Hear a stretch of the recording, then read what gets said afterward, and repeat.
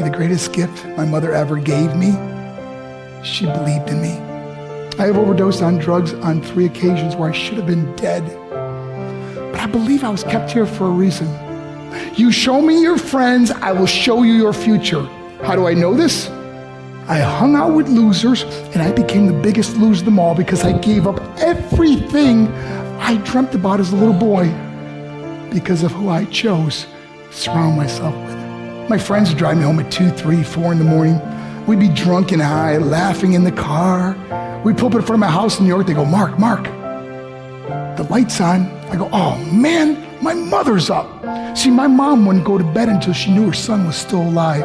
I'd walk in, she'd say, hi, Mark, how was your night? I go, it was good, Mom, I'm just gonna go to bed. She goes, can I talk to you for a minute? I go, Mom, I'm tired, I'm just gonna go to bed. She goes, Mark, I haven't seen you all day and all night. Can I please talk to you? I said, man, just leave me alone. You bug me. I'd slam my bedroom door on the one person who believed in me. My mom would be at all my sporting events.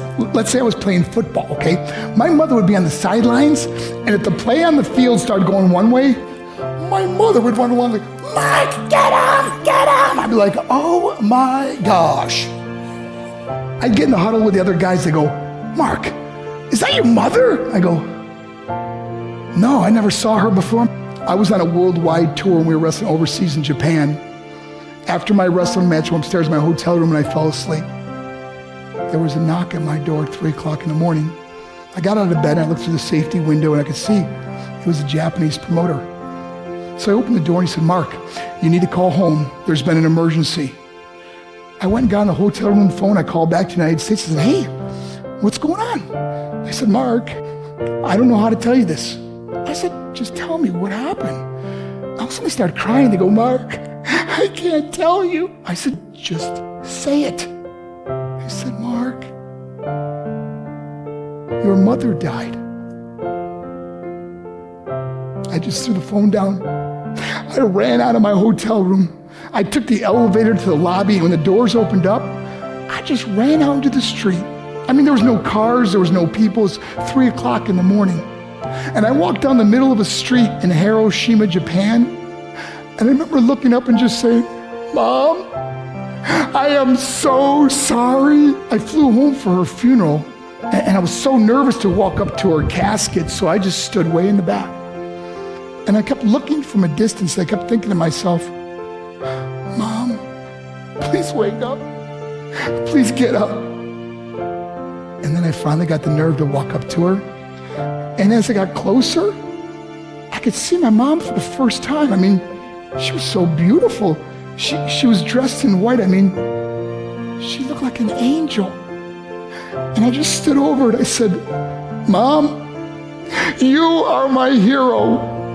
Everything I am, everything I hope to be was because of you.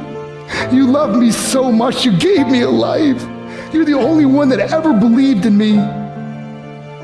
How did I repay her? By getting drunk, by getting high, by getting stupid, by hanging out with losers. For what? All she ever wanted to do was talk to me. I wish I could talk to you now, Mom. I wish you could see what I'm doing. Why couldn't I have been a better son? We are defined by our choices. But if you surround yourself with people involved in drugs and alcohol and pills, it's a dead end. I'm not here to preach to you. I'm here to tell you I lived that life. It leads to broken hearts, broken relationships, broken dreams, and death. For what? To get high? If you have a mother or a father, when you go home, tell them how much you love them. See, my whole life was about being rich and famous. I had to be a millionaire. I had to win the race. I had to win the race at the expense of my marriage, my family, my friends. For what? To be all alone in the world? I learned what is truly important, and that is how precious this gift of life is, and our families, and how quickly it can be taken away. See, I no longer live in time. I live in moments. See, it's not what's in your pocket that matters. It's what's in your heart that truly matters. Love is just a word.